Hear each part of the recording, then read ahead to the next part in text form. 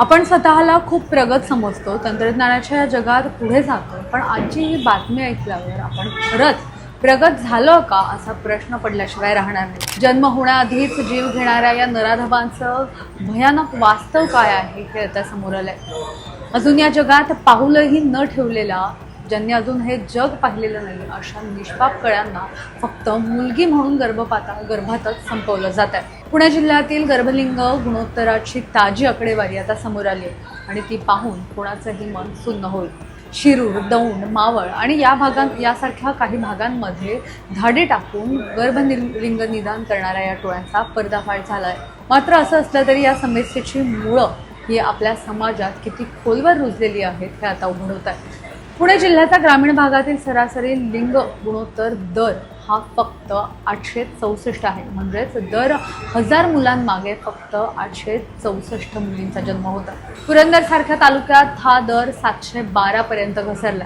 हे आकडे फक्त कागदावरचे नंबर नाही आहेत, तर आपल्या समाजाला लागलेल्या एका मोठ्या रोगाचं लक्षण आहे.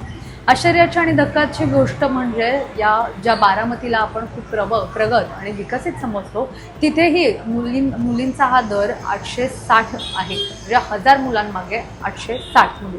दुसरीकडे आरोग्य विभागाचा ढिसाळपणा आणि काही डॉक्टरांच्या पैशांचा हवरेपणा या काळ्या धंद्याला खतपाणी घालतो. पैशांच्या मोहापायी डॉक्टर असे बेकायदेशीर प्रकार करतात आणि कायद्याचा धाक कुठेतरी कमी पडतो की काय अशी भीती आता वाटू लागली आहे. मुली आज प्रत्येक क्षेत्रात मुलांच्या खांद्याला खांदा लावून पुढे जात असतात. मात्र पालकांची ही मानसिकता कधी बदलणार हाच मोठा प्रश्न आहे.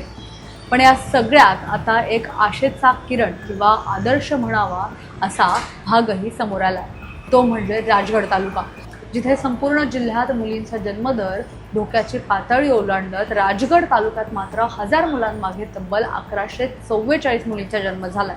हा पॅटर्न पुणे जिल्ह्यासाठी आणि राज्यासाठी एक आदर्श आहे. मुलींचा जन्मदर कमी होणं हे आपल्या सामाजिक आरोग्यासाठी किती घातक आहे याचा विचार करण्याची वेळ आली आहे. हा भेदभावाचा आणि क्रूरतेचा खेळ थांबवण्यासाठी आता केवळ कायदे करून चालणार नाही, तर आता आपल्याला आपली मानसिकता बदलून घ्यावी लागेल. तरच या